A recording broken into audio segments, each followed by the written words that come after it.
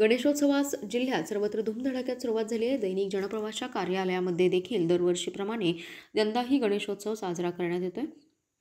आज जनप्रवासच्या कार्यालयात जिल्ह्याचे पालकमंत्री चंद्रकांत पाटील यांनी सकाळी भेट देत लाडक्या गणरायाची आरती केली। यावेळी त्यांनी सांगलीकरांना गणेशोत्सवाच्या शुभेच्छा दिल्या। तसेच हळूहळू या उत्सवाचं स्वरूप वाढत आहे। डॉल्बी लेझरचा वापर गणेशोत्सवाच्या मिरवणूक होत आहे, याला आळा घातला पाहिजे। कोथरूड मतदारसंघात एक सांस्कृतिक कार्यक्रमाला आम्ही पैसे देतो, त्याला उत्स्फूर्त प्रतिसाद मिळालाय। एकत्र लोकांनी यावं, कार्यक्रम करावं। एका बाजूने श्रद्धा म्हणून एकत्र यावं, दुसऱ्या बाजूने एकूण समाज संघटित व्हावा म्हणून एकत्र यावं। याच्याऐवजी वर्गण्या, त्यातून डॉल्बी, त्यातून विभत्स्य नृत्य हे प्रकार सुरू आहेत, याला फाटा देऊन ज्या लोकमान्य टिळकांनी जनप्रबोधनासाठी गणपती हे माध्यम उपयोगात आणलं, त्यासाठी आपण मूळ पदावर येऊया असं आवाहन केलं। यावेळी दैनिक जनप्रवासचे संपादक आणि श्री अंबाबाई तालीम संस्थेचे अध्यक्ष संजयजी भोकरे, श्री अंबाबाई तालीम संस्थेचे उपाध्यक्ष आणि डिजिटल मीडियाचे प्रदेशाध्यक्ष सिद्धार्थ भोकरे यांनी चंद्रकांत पाटील यांचं स्वागत केलं। यावेळी जनप्रवासच्या व्यवस्थापिका अश्विनी खाडे, कार्यकारी संपादक अमृत चौगुले यांच्यासह दैनिक जनप्रवास आणि जनप्रवास लाईव्हचे कर्मचारी उपस्थित होते। गणेश चतुर्थीच्या सगळ्यांना शुभेच्छा।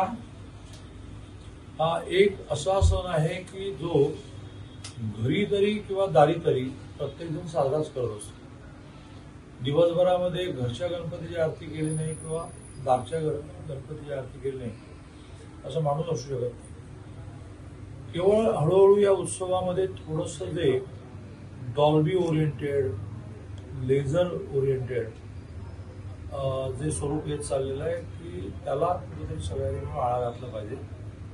पुण्यामध्ये जसं कोथरूड मतदारसंघामध्ये एक सांस्कृतिक कार्यक्रम करण्याला आम्ही आमच्या पैशाने आणि तुम्ही क्लिप पाहाल तर इतकं लोक एन्जॉय करतात। तर मुळात एकत्र लोकांनी यावं, कार्यक्रम करावे।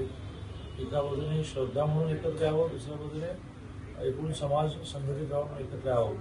त्याच्याऐवजी थोडं वर्गण्यामधून डॉल्बीमधून दिवस नृत्य अशाकडे चाललं आहे। मी आवाहन करतो की आपण सगळेजण पुन्हा मूळ पदावर येऊया की जे लोकमान्य टिळकांनी जनप्रबोधनासाठी गणपती हे माध्यम उपयोगात आहे। खूप